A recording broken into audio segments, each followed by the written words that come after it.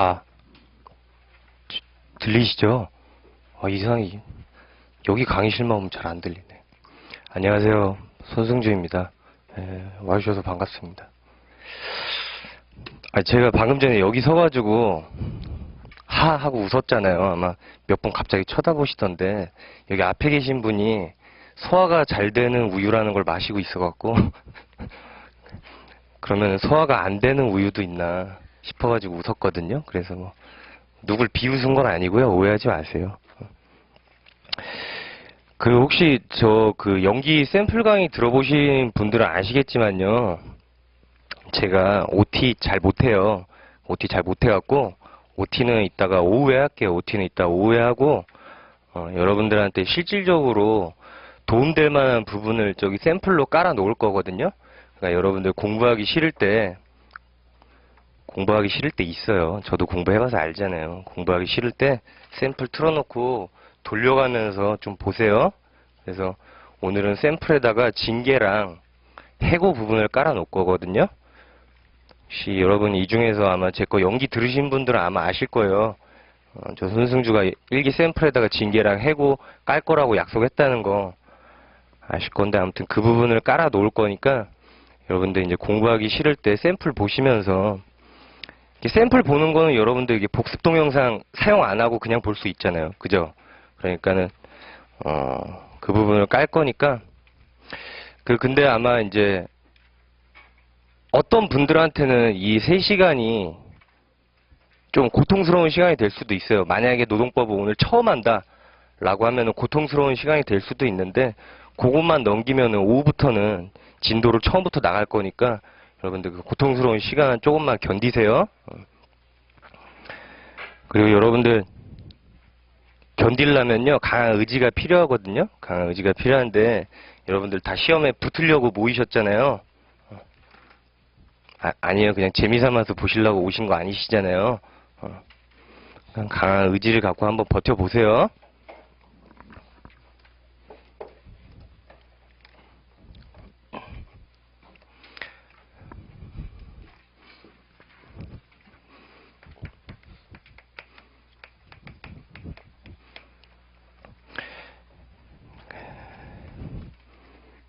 오늘 여러분들 나간 자료 중에 징계라는 부분이 있어요. 징계. 뭐 판례 자료도 있고 강의 계획서도 있고 그렇잖아요.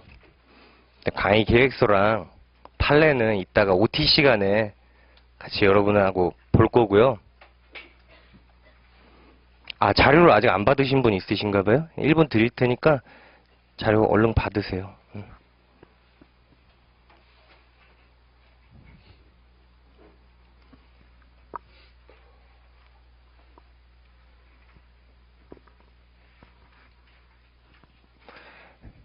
간만을 이용해서 농담 한번 해볼게요. 여러분들 무가 넥타이 매면 뭔지 아세요? 무 있죠? 무. 배추 말고 무요. 무가 넥타이 매면은 무에타이예요. 죄송합니다. 제가 이거 했다고 환불하실 거 아니죠? 무에타이 했다고? 용서해 주세요.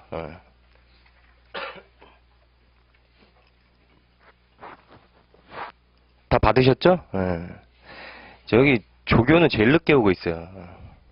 조교가 제일 빨리 와야 되는데.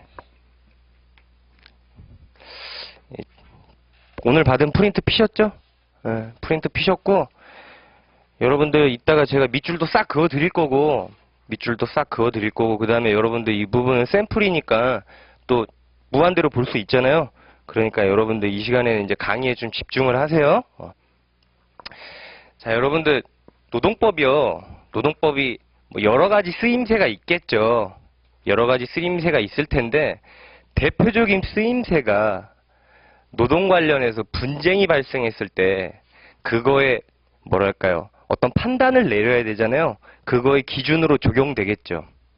인정하시죠? 어떤 노동 관련해서 분쟁이 발생했을 때 그거를 해결하는 판단 기준으로 적용이 될 거 아니에요. 그죠? 그거를 해결하는 프로세스대로 한번 설명을 해볼게요. 뭔가 적으려고도 하지 마시고, 그 다음에 어딘가에 밑줄 그으려고도 하지 마시고요. 그냥 이해해 보세요. 충분히 그럴 수 있어. 라고 충분히 한번 이해를 해보세요. 자, 처음에 사용자가요, 징계 처분을 합니다. 징계 처분을 해요. 자, 예를 들어서 정직이란 걸 했다고 할게요. 이렇게 합니다.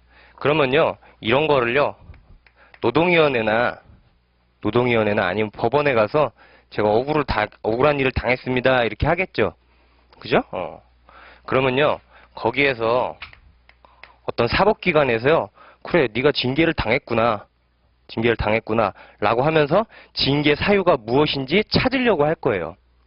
징계 사유가 무엇인지 찾으려고 할 겁니다. 그 과정을 징계 사유의 추출이라고 할게요. 뭐 때문에 얘가 징계를 당했는지 그 사유를 찾을 거라고요. 여기까지는 인정하시죠? 징계 사유를 찾을 거예요. 자, 그 다음 과정으로 그렇다면 여기에서 징계 사유를 추출하잖아요. 이 추출된 이 사유가 근거가 있는 것인지 관찰을 합니다. 관찰 내지 검토라고 할게요. 여기까지도 괜찮으시죠? 그 사유로 징계를 할 수 있어? 라고 이렇게 한번 검토를 해요. 그 사유로 징계를 할 수 있는지. 그래서 네가 그래, 이게 어딘가에 근거가 있어서 징계를 했구나. 어딘가에 근거가 있어서 징계를 했구나. 라고 하면은 그 다음 과정으로 그 사유 자체가 정당한지 또 관찰을 해보고요. 그 다음에 이게 절차, 시기 포함해서요. 정당한지 관찰을 하고요. 그 다음에 양정이 정당한지 이런 식으로 관찰을 합니다. 이 양정은 징계 종류를 말하는 거예요.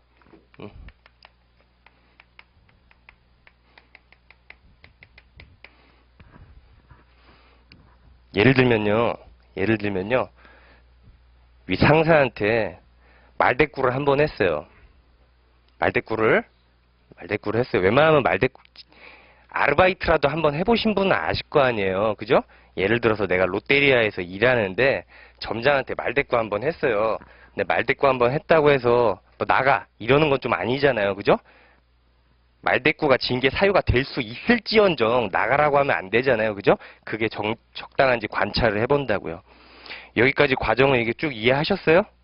여기까지 과정은 이해하셨죠? 그죠? 여기에 있는 이 과정에 따라서 전부 다 디테일하게 쪼개져 나가서 공부를 하시면 되는 거예요. 큰 틀은 요거예요. 큰 틀은 요거. 징계에서. 여기까지는 괜찮으시죠? 여기까지는 괜찮다고 믿을게요. 저를 보지 마시고 여기 보세요. 저 부담되니까. 자, 여기 징계 사유를 추출하는 과정에서요. 여기 징계 사유를 추출하는 과정에서 판례는 이렇게 얘기하고 있습니다. 판례는요. 징계 처분서 아니면 징계 결의서, 명칭이 뭐 의결서 뭐가 됐든 상관없어요. 여기에 적혀져 있는 것만으로 적혀져예요, 저예요? 여예요, 아니면 어예요? 여요? 이해해 주세요. 여러분들 답안 쓸 때도요, 약간 언지 연지 잘 모르겠으면은 약간 이렇게 그렇잖아요. 이렇게 인사관리도 쓸 때 뭐 마이클 해머 이렇게 쓰는데 마이클이 잘 모르겠으면요, 마이클 해 뭐 이런 식으로 쓰면 돼요. 약간 잘 모르게 흘려가지고. 그리고 약간 해 같은 거 쓸 때요, 이 해인지 잘 모르겠을 때 있잖아요. 그냥 요렇게 해가지고 그냥 이렇게 해버리세요. 그러면은 괜찮아요. 이렇게 하면. 제가 좀 이런 게 좀 그래요. 이런 게 좀 그런데 좋은 거 가르쳐주죠. 이런 게 여러분들한테 실질적으로 도움이 되는 겁니다.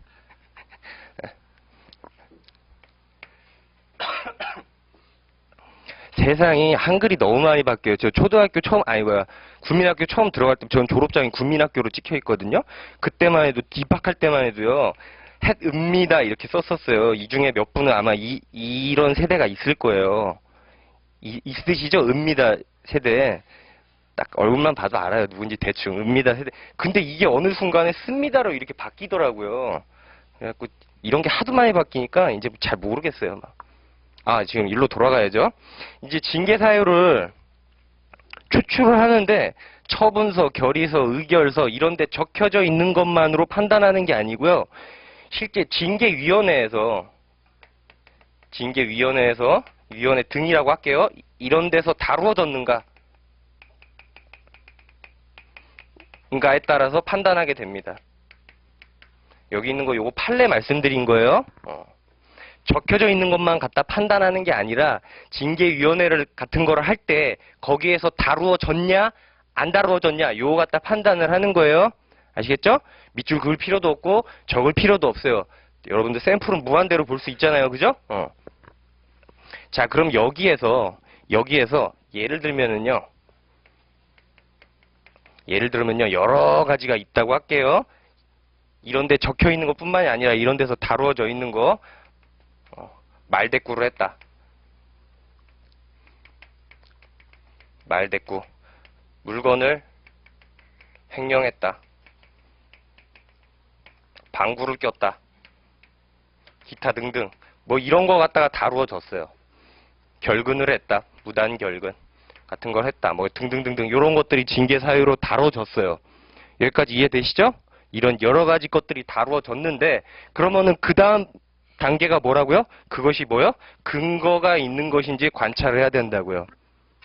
다루어진 건 다루어진 거고 근거가 있는지 관찰을 해야 되는데 여기에서 첫 번째로 취업규칙 등의 근거 규정이 있는지 관찰을 합니다. 근거 규정, 취업규칙 등이라고 했어요. 그냥 취업규칙이라고는 안 했어요. 취업규칙 등의 근거 규정이 있는지 관찰을 합니다. 그리고요, 취업규칙 등의 근거 규정이 있다고 해서 취업규칙 등의 근거 규정이 있다고 해서 항상 옳은 건 아니에요. 항상 옳은 건 아니에요. 자, 근데 요거를요 좀 디테일하게 해보면요, 이게 제한적으로 연결되어 있는 경우도 있을 수 있어요. 취업규칙 등의 근거 규정이 있긴 있어요. 여러 가지 조항들이 있는데 제한적으로 열거돼 있는 경우가 있어요. 제한적으로 열거돼 있는 경우가 있고, 여기 있는 게 취업규칙 등의 동일한 사유가 여러 군데 있을 수도 있어요. 여러 군데 있을 수도 있어요. 그 다음에 취업규칙의 근거 규정이 있는데 단체 협약에도 동일한 규정이 있을 수도 있어요.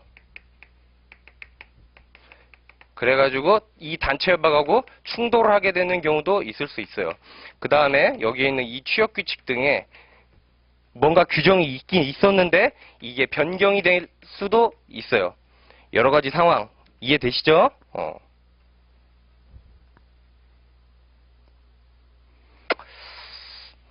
그 다음에 이게 과거에 이미 한번 징계를 했던 이미 징계를 한 사유에 관해서 재탕하는 거일 수도 있어요.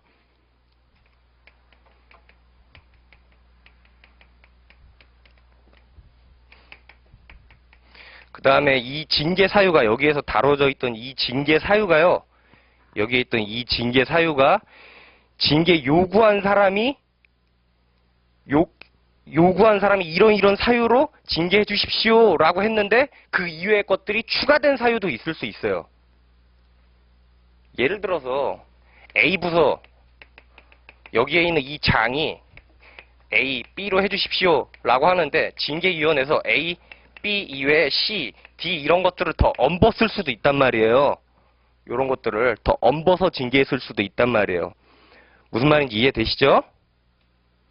여기까지 이해된다고 믿을게요.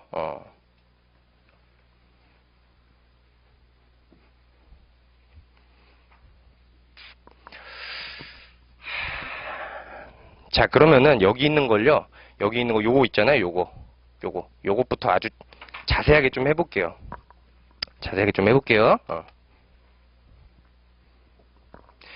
이 수험생들이 신림동의 수험생들이 대부분이요 공부를 할 때요 여기에 매몰됩니다. 여기에 매몰돼요. 여기에 매몰돼가지고요. 어디 이렇게 뭐랄까요. 밥집이라도 가잖아요. 그럼 막 모여갖고 네 말이 맞다, 내 말이 맞다. 이거 엄청 하고 있어요. 이거 엄청 하고 있어. 그 얼마 전에 여기 앞에 북션이라는 서적이 있어요. 북션이라는 서적에 가갖고 추리닝 입고 앉아갖고 민법 책을 보고 있는데 어떤 남자분들이 저기 이거 윈노동법 있잖아요. 이거 들고 야 손승주는 뭐래? 손승주는 뭐래? 그래갖고 저랑 눈이 마주쳤거든요. 마주쳤는데 누군지 모르더라고요. 그래갖고 야 손승주는 걔는 뭐래? 저보다 제가 볼 때는 한 7, 8살은 어려 보이는데 그래도 눈을 마주쳤으면 존댓말로 바뀌어야 될 거 아니에요. 그래. 야 손승주 걔는 뭐라더라? 막 이러면서 말하고 아이 근데 뭐 누가 뭐 방강수가 맞아 김기범이 맞아 막 이러면서 이거 엄청 하고 있는 거예요. 근데 이거에 매몰되지 마세요. 이거에 매몰되지 마세요. 여러분들이 징계권의 근거라는 부분을 한 번쯤은 공부해 보셨을 거예요. 노동법을 처음 하는 분이 아니시라면요. 징계권의 근거라는 부분을 한 번쯤은 공부해 보셨을 텐데 지금 요구하고 있는 거예요. 여기에서 사장님이 징계를 하는데 네가 뭔데 징계하냐 라는 거 아니에요. 이게 네가 뭔데 징계를 할 수 있냐라는 거잖아요. 그러면서 처음에 뭐 고유건설 여러분 공부했던 뭐 경영건설 뭐 이렇게 불리기도 합니다. 그 다음에 뭐 취업규칙설 뭐 법규범설 이렇게 부르기도 해요. 그 다음에 뭐더라 단체협약설 공동규범설 뭐 이런 식으로 부르기도 해요. 요거에 관해서 엄청 공부를 하면서 막 침을 엄청 튀겨요. 자기네들끼리 엄청 침을 튀기는데 그래서 취업규칙설이 맞다, 단체협약설이 맞다, 고유권설이 맞다 막 이렇게 침을 엄청 튀기고 있어요. 엄청 튀기는데 다 영양가 없는 얘기예요. 다 영양가 없는 얘기. 못 믿겠어요? 못 믿으면 안 돼요. 여러분 믿어야 돼요. 저 기독교 아닌데요. 기독교는 아니지만 믿어야 천국 갑니다. 아시겠죠? 믿어야 천국 가요. 이거 뭐 별로 영향가 없어요. 이 고유건설은요. 고유건설은 아무 근거 규정이 없어도 사용자의 고유 권한에 의해서 징계한다, 할 수 있다라는 거잖아요. 그 다음에 여기 취업규칙설은 취업규칙에 사유와 절차 등이 명확히 규정이 돼 있어야 그에 따라서 징계할 수 있다라는 거고 여기는 아니다. 노사 합의에 의해서 만들어진 규정에 의해서 징계할 수 있다라는 거잖아요. 노사 합의에 의해서 만들어진 규정에 의해서. 근데요. 다 영향가가 없어요. 여러분들 한번 상식적으로 접근해 보세요. 자, 구인사업장이에요. 자, 1차 공부를 해보신 분들은 알겠죠. 구인사업장 취업규칙 작성 의무 있어요? 있어요? 없잖아요. 10인 이상 사업장이 작성 의무가 있잖아요. 그래갖고 구인사업장인데 제가 겪은 얘기를 하나 해드릴게요. 여기 사업장에 어떤 공장인데 어떤 남자가 하나 있어요. 남자가 하나 있는데 이 공장 경리랑 사겨요. 이 생산지 근로자가 여기 있는 이 경리랑 사귀었어요. 근데 이 경리가요, 얘랑 회사 안에서 좀 싸웠나 봐요. 싸울 수도 있죠. 뭐 그래요. 뭐 다툴 수도 있는데 근데 사무실에서 이 남자가 이 여자 목을 졸랐어요. 그래 놓고서는 저한테 연락이 왔는데 자기 징계당할 것 같다고 아무래도 잘릴 것 같다고 어떻게 해야 되냐고 물어보더라고요. 그래서 나쁜 짓 했네요. 잘리세요. 그냥 그랬거든요. 잘릴만 하잖아요. 여러분 안 그래요? 그렇게 생각 안 해요? 아니에요? 그냥 여기 있는 남자분들은 원래 다 목을 조르시나요? 여자 사귀면은? 목 조르는 거 아니잖아요. 그죠? 상식적으로 접근해야죠. 근데 여기 취업규칙 없어요. 그럼 여러분들은 나는 근로자 편이야. 나는 박근혜 탄핵해야 돼. 막 그냥 나는 무조건 왼쪽이야. 막 이렇게 생각하면서 목 졸라도 절대 징계 안 돼. 이렇게 생각하시는 거예요? 그런 분은 없죠. 네. 그런 분은 없을 거 아니에요. 객관적으로요. 객관적으로 취업 규칙이 없어도 이 정도 되면은 징계할 수 있는 거 아니에요? 그죠? 마음의 문을 닫지 말고 마음의 문을 좀 열어봐요, 좀. 이 정도면 징계할 수 있잖아요. 그럼 목을 졸랐어. 그래도 안 돼? 그럼 뭐 어떡할까요? 싸대기, 내가 볼 때는 목을 졸랐다는 것도요, 저한테 거짓말 한 거예요. 여러분들 나중에 나가보시면요, 현업에 나가보시면요, 자기한테 와갖고 얘기하는 거 있잖아요. 뭐 변호사가 되든 노무사가 되든 고지고대로 다 믿으면요, 이해하기 어려워요. 자기가 잘못한 건 이렇게 줄이고요, 남이 잘못한 것만 부풀린단 말이에요. 거짓말이 아니에요. 진짜 그래요. 여러분들 어렸을 때 부모님한테 거짓말 해보셨죠? 자기가 얘기한 거는 이렇게 줄인단 말이에요. 분명히 막 싸대기도 때리고 그랬을 거예요. 분명히 싸대기도 때리고, 솔직히 말해보라고. 더 하셨지 않냐고. 그랬더니 쭈뼛쭈뼛 하면서 얘기 안 하거든요. 근데 제가 볼 때 분명히 막 뺨도 때리고 그랬을 거예요. 그러면 자르면 안 돼요? 징계하면 안 돼요? 되잖아요. 그죠? 그러니까 여러분들이 그렇게 뭐가 맞다 이렇게 닫아놓으시면 안 된다고요.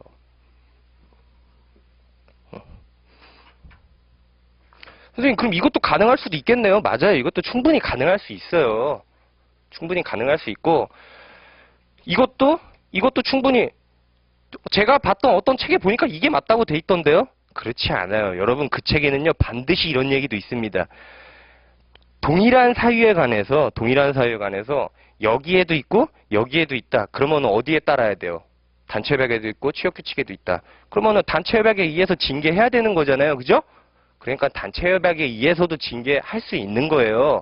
근데 일반적으로는 취업규칙에 징계 사유가 있으면은 징계할 수 있겠죠. 그죠? 그러니까 이것도 될 수 있고, 이것도 될 수 있고, 이것도 될 수 있고, 때에 따라서 다 될 수 있는 거라고요. 아시겠죠? 그럼 여러분들은 어떻게 정리하면 되냐? 일반적으로는 취업규칙에 근거 규정이 있으면 그것도 아주 명확하게 있기도 어려워요. 사장님이 취업규칙을 만드는데 모든 사유를 일일이 세세하게 열거할 수 있겠어요? 여러분들한테 노무사 딱 붙으면요, 지금 25기 붙은 친구들한테 딱 취업규칙 한번 만들어봐 이렇게 얘기하면 취업규칙 엄청 잘 만들 것 같아요? 되고 나서 한번 만들어 보세요. 그렇게 만들어지나. 그렇게 세세하게 만들기 어렵단 말이에요. 현실적으로. 그렇기 때문에 아주 정교하게 만들 수가 없어요. 현실적으로 정교하게 만들 수가 없기 때문에 포괄적인 근거 규정이라도 있으면은 징계할 수 있다. 일반적으로는 이렇게 여러분들이 마음을 먹으시면 되고, 그 다음에 또 충돌하고 그럴 때는 이거에 의해서 징계할 수도 있다. 이렇게 정리를 하셔야 된다고요. 마음의 문을 열고 내 말이 맞다, 네 말이 맞다. 너 고유권 소리야? 너 나가. 넌 앞으로 내 친구 아니야. 난 너랑 공부 안 해. 이게 아니란 말이에요. 아시겠죠? 자, 그래서 일반적으로는 취업규칙 같은 거에 포괄적으로라도 일반적으로는 취업규칙 같은 거에 포괄적인 근거 규정이라도 있으면은 그거에 의해서 징계할 수 있다. 그렇게 굳히시면 되고, 정말 부득이한 사정에 있어서는 고유건설에 의해서도 징계할 수 있겠구나. 이렇게 마음을 정하시라고요. 아시겠죠? 근데 여러분들 너무 걱정하실 필요 없어요. 저희 시험에 있어서는요. 저희 시험에 있어서 대부분은 취업규칙의 근거 규정을 거의 줄 겁니다. 90% 이상. 저희 시험에 있어서는요. 그럴 때는요. 취업규칙의 근거 규정이 있으니까 징계할 수 있다. 이렇게 서술하시면 돼요. 너무 걱정하지 마시고요. 자, 근데 그 취업규칙에 있는 그 사유가 만약에 이것도 판례가 있는 거예요. 제한적으로 연구가 있다. 요거만 징계할 수 있다. 요거만 징계할 수 있다. 이렇게 제한적으로 열거돼 있으면 그거 외에는 징계할 수 없다고 봐야겠죠. 이것도 판례가 있는 거예요. 그 다음에 이 취업규칙 내에서 동일한 사유에 관해서 여기저기 규정이 있는 경우가 있어요. 여러분들은 믿기 어려우시겠지만은, 뭐 제가 다녔던 회사도 마찬가지지만요. 어떤 회사들 가보면요. 취업규칙이라고 종이떼기 이렇게 만들어 놓고 거기에 뭐 인사 규정, 그 다음에 뭐 상벌 규정, 그 다음에 뭐 보상 규정 이런 것들을 막 만들어 놔요. 그런 것들을 막 만들어 놓는데 만들 때 잘 못 만들다 보니까 뭐다 보니까요? 잘 못 만들다 보니까 전문가가 아니다 보니까 동일한 사유가 여기저기에 서로 상호 모순되게 혹은 충돌하게 이렇게 만들어 놓는 경우가 상당히 있어요. 상당히 있어요. 믿으세요. 여러분들 제가 다녔던 회사도요 구멍가게 아니에요. 제가 다녔던 회사도 구멍가게 아니고요. 적어도 여러분들이 알고 있는 대기업에 속하거든요. 근데 그 회사도 그랬어요. 그 회사도 그랬어요. 하물며 중소기업들은요 그런 경우가 더 많을 거예요. 그럴 때 판례는 이 취업규칙 내에서 동일한 사유가 군데군데 여러 군데 규정되어 있다라고 하면 판례는요 그 중에 유리한 거를 적용해야 된다고 합니다. 그 중에 유리한 거요. 아시겠죠? 자, 그 다음에 취업규칙에 어떤 사유가 규정이 돼 있는데 단체협약 안에 동일한 사유로 규정이 돼 있을 수도 있어요. 동일한 사유로 규정이 돼 있을 수도 있어요. 그럴 때 여기에서도 판례가 있어요. 판례는 이렇게 얘기를 합니다. 판례는요. 단체협약에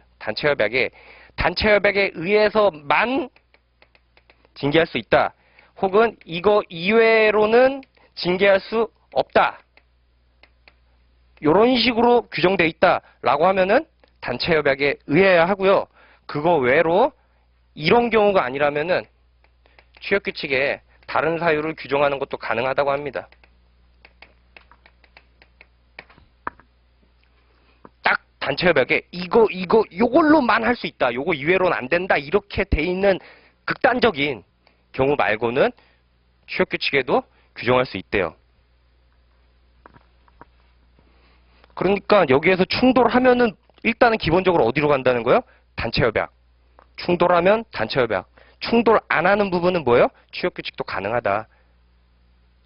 이렇게 생각하시라고요. 아시겠죠?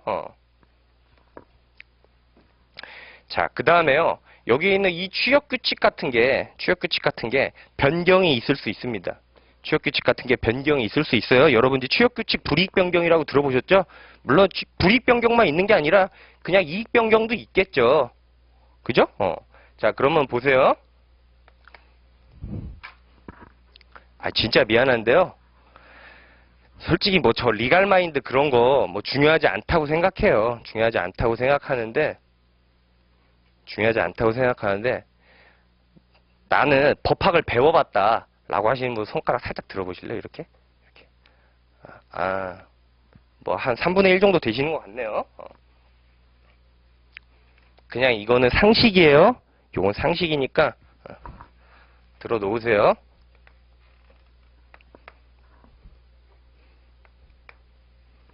상식이니까. 여기에 어떤 행위를 합니다. 행위를 하고요. 요때 재판을 해요. 재판을 하는데 여기 A라는 행위가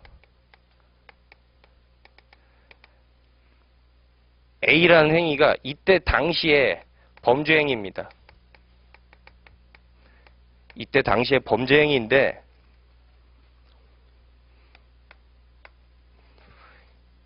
요때 이 법률의 변경이 있었어요. 법률의 변경이 있었어요. 요때 법률의 변경이 있어갖고 요때 이 A라는 행위가요. 이 A라는 행위가 범죄 행위가 아니게 됩니다. 동일한 행위가요.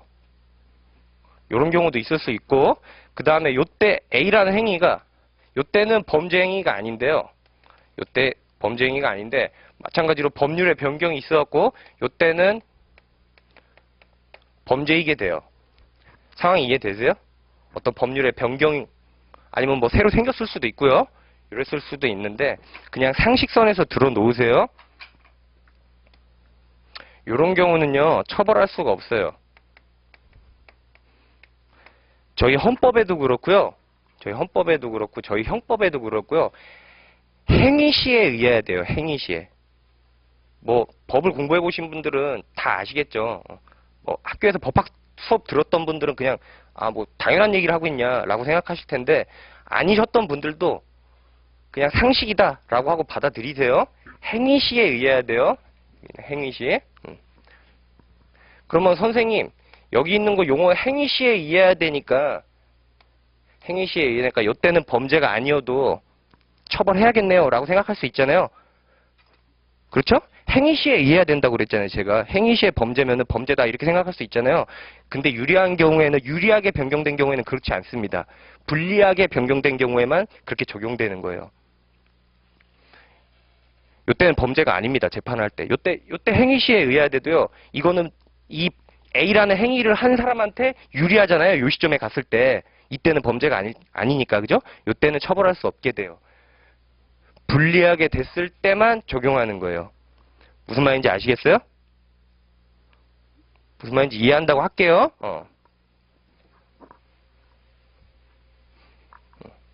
자, 그럼 가볼게요. 변경이 됐다 라고 하면요, 여기에도 판례가 있어요. 판례가 이때도 행위시 취역규칙에 의해야 된다. 취역규칙에 의해야 된다 라고 합니다. 판례는요. 행위시 취역규칙이요. 행위시 취역규칙에 의해야 되는 게 요게 원칙인데, 그러니까 나중에 이거 징계위원회를 할 때 있잖아요. 그때 당시 취역규칙에 의해야 되는 게 아니란 말이에요. 행위시 취역규칙에 의해야 돼요. 근데 변경된 거를 적용할 수도 있어요. 예외적으로 변경된 걸 적용할 수가 있는데, 판례는요, 여기 종래 취역규칙 사유에 부가 확대된 게 아니라 종래에 있던 규정이요. 종전의 규정을 동일하거나 실질적으로 동일하거나 아니면은 종래의 규정이 조금 포괄적이고 추상적으로 돼 있어갖고 이거를 유형화, 세분화 요렇게 한 경우에는 변경된 걸 적용할 수 있다고 합니다. 요렇게 한 경우에는요. 무슨 말인지 이해되세요? 원칙은 이거라는 거예요. 행위시에 의해야 된다는 거. 행위시에. 자, 유형화 세분화되는 게 뭘까? 한번 잠깐 살펴볼게요. 종래에는 성희롱한 자, 취역규칙에 성희롱한 자는 징계할 수 있다. 이렇게 돼 있단 말이에요. 이때 행위시인데, 근데 이때 변경이 있고요. 그 다음에 이때 징계위원회를 열어요. 근데 이때 성희롱한 자는 징계할 수 있다라고 하는데 요 정도로 됐단 말이에요. 요 정도. 뭐 예를 들어서 성적 수치심을 느낄 수 있는 발언을 한다거나 아니면은 좀 웃기려고 하는 말이니까 그냥 좀 이해해 주세요. 뭐 불필요한 신체 접촉을 한다거나 뭐 이런 식으로 조금 좀 분류를 해놓고 있어요. 유형을요. 성희롱을요. 무슨 말인지 좀 감이 오세요? 요런 경우는 변경된 거 적용할 수 있다는 거예요. 사실상 크게 다르지 않잖아요. 여러분들이 보기에도. 그죠? 적용할 수 있다는 거예요.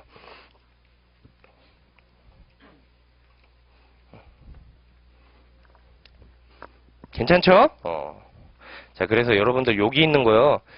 여기 있는 거 요런 거 여러분들 샘플 여러 번 돌려보시면요. 보시면서 여러분들이 계속 숙지하세요. 처음에 천천히 돌렸다가 빨리 돌렸다가 선생님 이거 징계 나중에 진도 나갈 때 안 할 거예요? 아니에요. 천만의 말씀 또 할 거예요. 또 할 거고요. 강의 들어보신 분들은 아시겠지만요. 제 강의의 장점은 무한반복 해드리거든요. 정말 물릴 만큼 입에서 토하게 말이 대답이 나올 때까지 계속 물리게 하는데 일단은 여러분들 숙지할 때까지 계속 보세요. 자, 그 다음에요. 이거에 관해서는 딱히 판례가 없어요. 근데 이중징계는 일단 안 됩니다.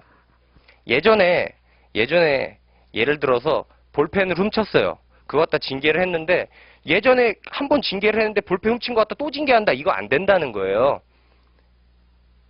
당연한 겁니다. 당연한 거예요. 근데 판례는요. 이중징계랑 꼭 관련이 있다고 볼 수는 없지만요. 판례는요. 징계를요. 취소했다 라고 하면 징계가 소급해서 처음부터 없는 게 되는 거죠. 여러분들 취소, 무효, 해제, 해지 이런 거 다 아시죠? 그죠? 알 거라고 믿을게요. 취소하면 처음부터 소급해서 없는 게 되는 거죠. 그죠?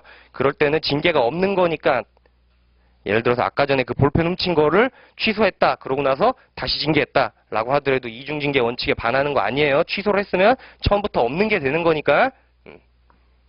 자, 그 다음에 징계 사유를 추가하는 경우도 있을 수 있을 겁니다. 징계 사유 추가는요, 원칙적으로는 안 돼요. 무조건 안 됩니다. 원칙은 안 돼요. 자, 예를 들면요, 아까 전에 말했던 것처럼요, 요구권자가 이런 걸로 징계해 주십시오 라고 하는데 의결권자가 징계위원회에서 이것저것 추가한다, 이런 거 안 된단 말이에요. 이런 거 안 돼요. 그 다음에 재심 과정에서 추가하는 것도 안 됩니다. 이런 것도 당연히 안 돼요. 자, 생각해 보세요. 자, 여기 원래 절차가 있고요. 원래 절차가 있고 재심이 이렇게 있어요. 자, 원래 절차에서 A 갖다가 징계를 했어요. 상황 이해되시죠? 그랬더니 여기 있던 근로자가 억울해 라고 하면서 재심 신청을 했어요. 그랬더니 이거 A를 내가 잘 가갖고 변명을 해갖고 이번에 내가 어려움에서 한번 헤어나 보겠다 라고 하는데 재심 갔더니 갑자기 B씨가 있어. 새로운 사유가 있어. 그러면은 여기 있는 이 B씨는 한 번 거친 거예요? 두 번 거친 거예요? 여기 있는 A 자체는 두 번 거쳤잖아요. 근데 여기에 있는 B씨는 두 번 거친 게 아니라 몇 번 거친 거예요? 한 번 거친 거죠. 그죠? 여기에 있는 이 B씨는요, 재심을 박탈하는 겁니다. B씨에 관해서는요. 그죠? 그래서 이렇게 재심해서 추가하는 것도 당연히 안 됩니다. 그 다음에 이거 갑자기 생각도 못했던 게 툭 튀어나와 있으면은 여러분들 그거 되겠어요? 변명이 되겠어요? 물론 할 수도 있겠죠. 할 수도 있을 텐데 대개는 변명, 소명을 못 하겠죠. 그죠? 그렇기 때문에 여기에서 이렇게 추가하는 거 안 돼요. 안 됩니다. 근데요, 원칙적으로는 안 되지만 여기가 이렇게 섞여 있네. 섞여 있네. 근데 이것도 예외가 있습니다. 판례는요, 기본적 사실관계에 동일성이 있는 경우 가능하다고 합니다.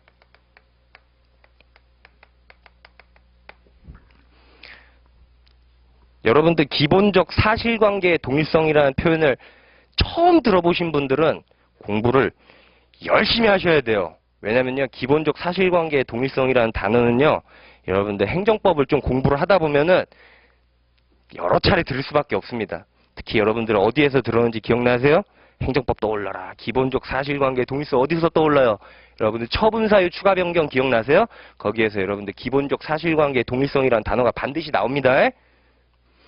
혹시 민소법을 선택하시는 분은요, 기본적 사실관계 동일성이라는 단어가 그런 데서도 나와요. 나오는데 처음 들어보셨던 분들은 내 행정법도 진짜 열심히 해야 되겠다 라고 생각을 하세요. 자, 판례는요, 기본적 사실관계에 동일성이 있는 경우 추가가 아니라고 합니다. 엄밀히 말하면 예외라는 표현이요, 적당하지 않을 수도 있어요. 뭐냐면요, 기본적 사실관계에 동일성이 있으면은 추가가 아니라고요.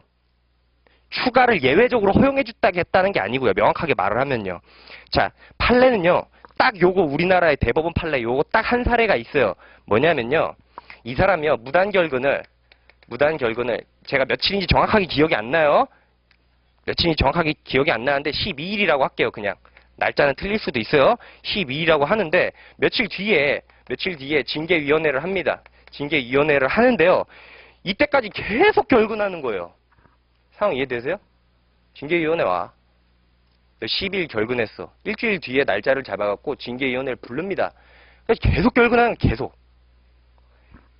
이때 불렀는데 안 와. 아이씨, 안 되겠다.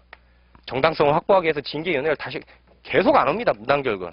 그래갖고 무단결근이요, 예를 들어서 30 며칠 이렇게 됐다고 합시다. 이렇게 했을 때 처음에는 징계 사유가 무단결근 12일이었는데 여기 무단결근 일수만 늘어나고 있는 것 뿐이잖아요. 그래서 이거는 기본적 사실관계 동일성이 크게 다르지 않다. 이거는 추가한 게 아니다 라고 하는 판례가 있습니다. 선생님, 그럼 이거 말고 기본적 사실관계 동일성이 딴 데서는 어떻게 판단할 수 있을까요? 무단결근 말고요 라고 할 수도 있잖아요. 그죠? 그건 저도 몰라요. 우리나라에 이게 유일한 사례입니다. 기본적 사실관계 동일성이 있기 때문에 추가가 아니다 라고 했던 유일한 사례예요. 여러분들 지금 이제 수업을 들으시다 보면은 저한테 들으셨던 분 혹은 딴 사람에 들으셨던 분, 그러니까 심지어는 저한테 들었던 분들도 저 저런 것까지 가르치냐 라고 느낄 수도 있을 거예요. 근데 제가 올해는 일타 강사로 발돋움하기 위해서 웃기네. 야, 저기 밑에 층 10분의 1도 물론 10분의 1도 안 되죠. 안 되지만 한번 발돋움 해보려고 정교하게 하고 있으니까 여러분들 받아들일 수 있으면, 이거를요 아주 정교하게 다 외우라는 게 아니에요. 지금 그냥 이해만 하라는 거예요. 이해만. 그럴 수도 있겠구나. 무단결근이라는 점에서는 동의를 하니까 추가로 안 볼 수도 있겠구나 라고 하면서 그냥 느껴보시라는 거예요. 이걸 다 외워라 이렇게 강요는 안 해요. 그럼 닌 다 외워? 저도 못 외워요. 날짜 모르잖아요. 12일인지 7일인지 9일인지 몰라요. 저 지금. 한번 느껴보시라는 거예요. 그냥. 그래서 요런 거는 추가가 아니다 라고 하는 판례가 있으니까 요것도 기억해 주시고요. 자, 그러면은 어디까지 온 거예요, 지금? 여기까지 온 거예요, 여기까지. 어떻게 자르지는 못하겠는데 지금 여기 3번까지 왔습니다. 징계 사유를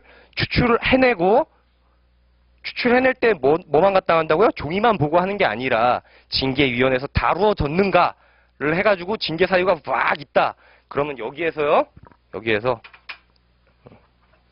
말대꾸한 거 이거 뒤져보니까 없어. 물건 횡령한 거 뭐 예를 들어서 없어. 뭐 그래갖고 뭐 요게 살아남았다고 치자고요. 저런 것들은 근거 규정이 눈 씻고 찾아봐도 없어 라고 해서 저런 것들이 살아남았다고 치자고요. 그러면 그 다음 단계로 여기로 가게 되는 거예요. 여기 사유 자체가 정당한지, 아니면 절차적으로 정당한지, 아니면 양정이 정당한지, 이거를요 거의 동시에 판단한다고 그렇게 생각하시면 됩니다. 선생님, 제 책에는요 사유, 절차, 양정 이렇게 돼 있는데요 라고 하더라도 꼭 그런 것만은 아닙니다. 꼭 그런 것만은 아니에요. 실제로요 분쟁에 가보면요 사유도 좀 애매하고 양정도 좀 애매하지만은 절차가 명백하게 위반이다 라고 하면요 이것저것 따지지 않고 이런 거랑 관계없이 어쨌든 징계는 무효다 이렇게 결론을 내릴 수도 있어요. 나머지 부분이 좀 까탈스러우면요. 그래서 책에는 물론 대부분 책이 이거 이렇게 나가겠지만요. 꼭 그렇게 마음을 닫으실 필요는 없다고요. 아시겠죠?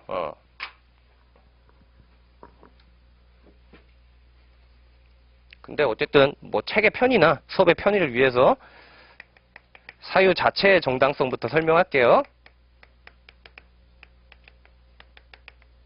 저기 조교님 이따가 쉬는 시간에 이거 뭐지? 난로 좀 꺼달라고 부탁 좀 드려.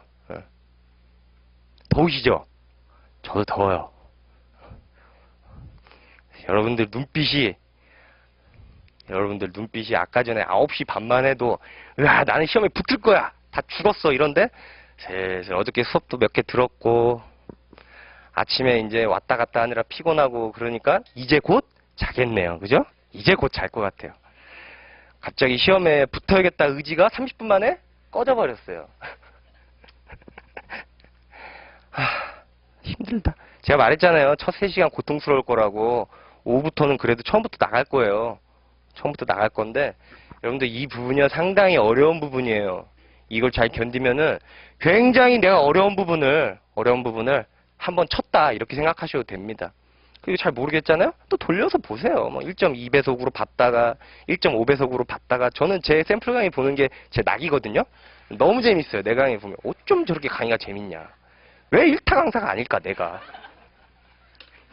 희한해. 밑에 있는 형은 더 재밌나?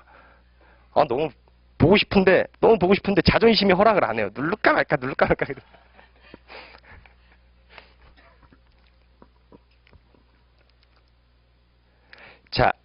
자, 그러면요, 여기에 어떤 근거가 있다고 치자고요?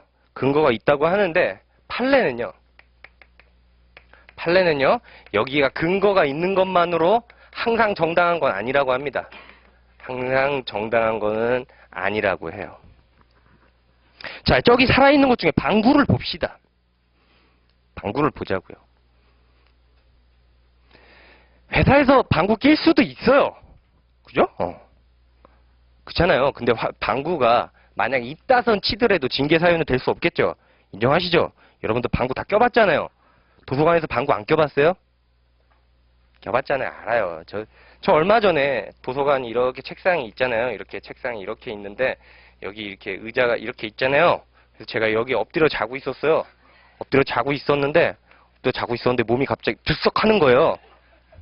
들썩해요. 뭔지 아시죠? 이게 여기 딱 있는데 여기서 푹 이렇게 뿜어져 나온 거죠. 이렇게 팡 이렇게. 방구 꼈어요. 도서관에서. 전 심지어는 학교 다닐 때요. 개강날 있잖아요. 개강날 수업을 듣는데 맨 뒷자리에 앉아 있었거든요. 맨 뒷자리에 앉아 있었는데 저도 모르게 좋은 거예요. 너무 재미가 없어갖고 OT가 방구를 꼈는데 이 상태에서 얼굴을 들면 난 끝장이다 라고 생각해갖고 이 자세로 1교시 끝나고 그대로 얼굴 안 들고 빠져나와가지고 그대로 수강 변경을 한 그런 적도 있었거든요. 근데 쪽팔린 건 둘째치고 이게 도서관에서 쫓겨날 사유는 아니잖아요. 강의실에서 쫓겨날 사유는 아니잖아요. 그죠? 징계할 수 있는 사유가 아닌 거 인정하시죠? 그죠? 그래서 근거가 있다는 것만으로는 부족합니다. 그 사유 자체가 객관적으로 정당해야 돼요. 아시겠죠? 여기에서 이 구체적인 거, 그럼 것들이 구체적으로 어떤 것들이 정당할 수 있는가? 어떤 것들이 정당할 수 있는가라고 하는 거 조금 이따가 살펴볼게요. 다 상식선이에요. 상식선. 다 상식에서 크게 벗어나지 않아요. 회사에서 물건 훔쳤다. 징계 되겠어요? 안 되겠어요? 되겠죠? 이런 거예요. 그냥. 아무 연락도 없이 안 나왔다. 무단결근했다. 되겠어요? 안 되겠어요? 그래요. 다 이 정도 수준이란 말이에요. 어렵지 않아요. 여자 목을 졸랐다. 어때요? 되겠죠? 그렇죠. 상식선이란 말이에요. 어려워할 필요 없어요. 자, 그러면은 요거는 좀 이따가 하고 두 번째 징계 절차에 관해서 조금 자세하게 볼게요. 징계 시기도 포함해서 같이 하겠습니다. 시기도 포함시켜서요. 제가 원래 징계 시기라는 표현을요 쓴 적이 없어요. 예전에 수업할 때도 그렇고 징계 시기다 뭐 이런 걸 쓴 적이 없는데 요즘에 또 제가 이제 또 염탐하는 걸 좋아해요. 그래서 이제 또 다른 거를 또 염탐을 하다 보니까 뭐 징계 시기 뭐 이런 것들이 또 수업을 하는 것 같더라고요. 그래서 또 염탐을 하다가 또 안 할 수도 없잖아요, 나만. 그래갖고 징계 시기라는 거에 대해서 좀 설명을 해보려고 하는데 판례는 결국엔 다 절차 문제로 봅니다. 그래서 저는 예전에 징계 시기라는 표현을 쓰진 않았어요. 판례는 결국엔 다 절차 문제로 보기 때문에. 근데 어쨌든 편제를 일단 시기라는 부분을 새로 뽑아놨으니까 시기에 관해서 좀 설명을 해볼게요. 자, 여러분들 한번 생각을 해보세요.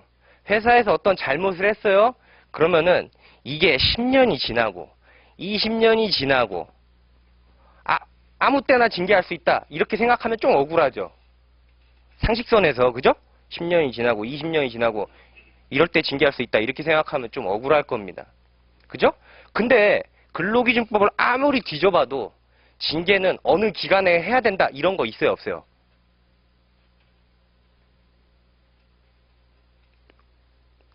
오늘 다 처음 공부하시는구만요. 누구도 대답을 안 하고 그냥 이렇게 둘 중에 하나라도 좀 해봐요. 좀 이거 아니면 이거라도 있어요? 없어요?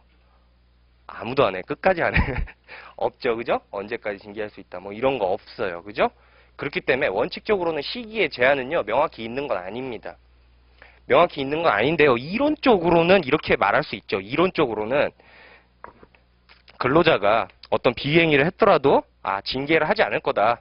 징계하지 않을 거다라고 하는 신뢰관계가 형성됐다. 신뢰가 형성됐다고 할게요. 신뢰가 형성됐다라고 하는데 이 신뢰에 배신을 때려갖고 징계한다라고 하면 여러분들 민법에서 제일 먼저 나오는 거 뭐예요? 1조 말고 2조에 신의칙이죠? 그죠? 그래. 신의칙에 반할 가능성은 있겠죠. 그죠? 신의칙에 반할 가능성은 있을 겁니다. 이론적으로는요. 판례는 명확하게 이런 게 있는 건 아니에요. 그냥 이론적으로 그렇다고요. 아시겠죠? 징계를 하지 않을 거다. 신뢰가 형성됐다. 그러면 어느 정도에 형성됩니까? 모르죠. 그냥 이론적으로 그렇다는 거예요. 한 5년 정도면 형성되지 않겠습니까? 5년 아니면 10년? 명확하지 않으니까 이런 거에 여러분 목매시는 거 아니에요? 몇 년인지 저한테 막 와갖고 몇 년인지 확실하게 얘기해봐. 막 이렇게 해도 저 몰라요. 자, 근데 판례는요, 예를 들어서 시기에 제한이 있다. 시기에 제한이 있다. 근데 이 제한을 위반하면은 절차상 하자가 있다고 합니다. 위반하면 절차상 하자가 있다고 해요. 예를 들어볼게요. 대표적으로 이런 경우에요. 비유행위를 했다. 비유행위를 했는데 30일 이내 징계해야 된다. 이렇게 돼 있어요. 그러면요, 50일 가서 징계하는 거 하자가 있다고 합니다. 상황 이해되시죠? 자기네가 그렇게 해놨으면은, 자, 뭐 예를 들면은 또 이런 경우도 있어요. 쟁의행위 기간 중에는 징계할 수 없다. 이런 식으로 돼 있단 말이에요. 쟁의행위 기간 중에 단체협약이든 취업규칙이든. 그러면 쟁의행위 기간 중에 징계해버렸어. 그러면 이것도 뭐예요? 절차상 하자입니다. 요즘에는 민법에서 하자란 표현보다 흠결이란 표현을 주로 쓰더라고요. 흠결이다. 뭐 이렇게 해도 같은 표현이에요. 유사한 표현입니다. 어떻게 하셔도 뭐 상관없어요. 자, 근데요, 이런 경우도 있을 수 있겠죠? 이런 경우도 있을 수 있을 겁니다. 자, 이게요, 쟁행 기간이에요. 쟁행 기간인데, 요때 비행을 합니다. 자, 여기 있는 거 100일이에요. 비행위를 했어요. 근데 이게 두 개가 동시에 있는 거예요. 동시에. 쟁의행위 기간이라 할 수 없고,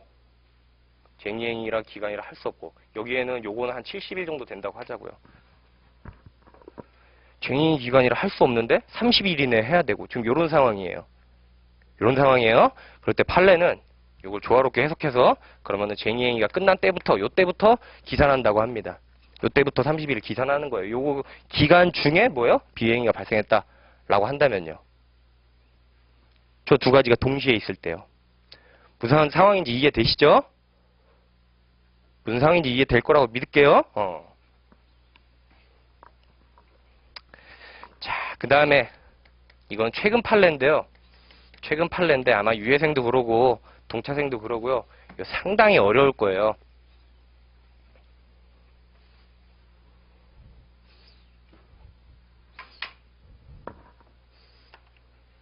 상당히 어려울 건데 한번 이해해 보세요. 자, 노동법이 아니고 형법으로 갈게요. 자, 지금 노동법 떠났어요. 저거 이제 캔슬하고 형법으로 올게요. 형법 불소급 원칙이라는 게 있습니다. 형법 불소급 원칙이라는 게 있는데요. 그냥 상식선에서 한번 받아들여 보세요. 상식선에서. 자, 이때 당시에 A라는 행위를 했어요. A라는 행위를 했는데 이때 범죄가 아닙니다. 근데요, 한참 지나고 나서 여기에 있는 요거를요, 법을 만듭니다. 법을 새로 만들어요. 그래갖고 요거를 소급해갖고 처벌할 수 있겠는가? 원칙적으로 안 됩니다. 그래서 형법 불소급 원칙이에요. 소급해서 처벌하는 거. 아까 전에 형벌은 뭐에 의해야 된다고요? 행위시법에 의해야 된다고요. 행위시법. 원칙적으로 이것도 같은 맥락이에요. 행위시법에 해야 되기 때문에 이때 범죄가 아니면요, 이렇게 소급해서 처벌하면 안 돼요. 근데 이게 소송법에도 적용될 수가 있는가? 소송법에도 적용될 수 있는가라고 하는 쟁점이 발생합니다. 실체법 말고 절차법에도 이걸 적용할 수 있는가? 소송법에 나와 있는 것 중에 대표적인 게 시효입니다. 시효요. 공소시효라는 표현 들어보셨죠? 절차법에 공소시효가 나와 있어요. 근데 이 A라는 행위가 이때 당시에 5년 이렇게 돼 있었단 말이에요. 돼 있었는데 이때 법에 의해서 이 시효를요 20년 이렇게 늘려버려요. 20년 이렇게 늘려버립니다. 상황 이해되세요? 그랬을 때도 이거를 뭐냐면요. 이거 실체법이 아니라 절차법이에요. 이미 이때 당시에 범죄예요. 범죄는 범죄인데 시효를 더 늘려갖고 처벌하는 게 가능하겠냐라는 거예요. 상황 이해되세요? 시효를 더 늘려가지고 좀만 있으면 이 사람이 완전 해방될 수 있는데 그거를 늘려가지고 처벌할 수 있겠는가라는 거예요. 상황이 조금 이해된다고 믿을게요. 샘플 돌려가면서 이해하려고 천천히 한번 생각해 보세요. 돌려가면서 땡겨갖고 처벌할 수 있겠는가라고 하는데요. 저희 대법원은 이렇게 판단합니다. 여기가 소멸시효가 완성이 됐다. 공소시효가 완성이 됐다. 라고 하면은 적용할 수 없다고 합니다. 완성이 됐다. 근데 완성이 안 됐다. 완성이 이미 됐다라고 하면은 적용할 수 없다고 합니다. 낫 적용. 근데 완성이 안 됐다라고 하면 적용할 수 있다고 합니다. 이게 원칙이에요. 시효가 완성이 됐다? 완성이 됐다 그럼 적용된다고요? 안 된다고요? 안 된다고요. 근데 완성이 안 됐다라고 하면 시효 늘려가지고 처벌할 수 있다고요. 저희 대법원의 기본적인 입장입니다. 선생님, 저 텔레비 보다 보니까 시효 완성된 거 처벌하는 거 봤는데요. 물론 보신 적 있으시죠? 우리나라의 전두환 사태 같은 거. 광주에서 막 사람들 막 이렇게 죽이고 그런 거 시효 완성됐어도 처벌했잖아요. 그런 건 아주 극단적으로 예외적인 거예요. 원칙은 이거예요. 원칙은 이겁니다. 시효 완성됐어도 막 처벌하고 그러는 거. 상황 이해되시죠? 자, 그러면요, 이 원칙을 저희 노동법에 끌고 올게요. 저희 대법원은요, 여기 있는 원칙을 그대로 저희 노동법에 끌고 옵니다. 노동법에 끌고 와요. 그래서 취업규칙 같은 거에 시효가 정해져 있어요. 시효가 정해져 있어요. 처음에는 한 달 이렇게 정해져 있습니다. 한 달 이렇게 정해져 있는데 이 시효를 연장을 합니다. 취업규칙을 변경을 하면서 연장을 해요. 상황 이해되시죠? 변경을 하면서 연장이 되는데 이 연장한 걸로 처벌할 수 있겠냐라고 하는 거에 문제예요. 판례는요 이렇게 두 가지로 구분합니다. 시효가 완성이 안 됐다. not 완성. 그 다음에 하나는 완성이 됐다. 자, 그럼 여기 있는 거 그대로 천천히 적용해 보세요. 시효가 완성이 됐어요. 그럼 자유의 몸이 됐죠? 그죠? 그럴 땐 처벌 되겠어요? 안 되겠어요? 그대로. 자, 이때는 시효가 완성이 아직 안 된 상태입니다. 근데 변경 시점에 완성이 안 돼 있어요. 근데 변경을 해갖고 시효를 쭉 늘립니다. 이럴 때는 처벌 가능. 이렇게 판례는 이렇게 두 가지로 구분하고 있습니다. 상황이 이해되시죠? 되셨죠? 좋아요. 자, 그래서요, 징계 시기에 관해서는요, 여러분들한테 가르칠 게 딱 여기까지예요. 뭐예요? 원칙적으로 조문에는 아무것도 없지만은 완전히 날 징계하지 않을 거다라고 하는 신뢰가 형성됐다. 그러면은 그 신뢰에 반한다라고 하면 신의칙 위반으로도 볼 수 있을 거다라고 하는 그냥 이론적인 거.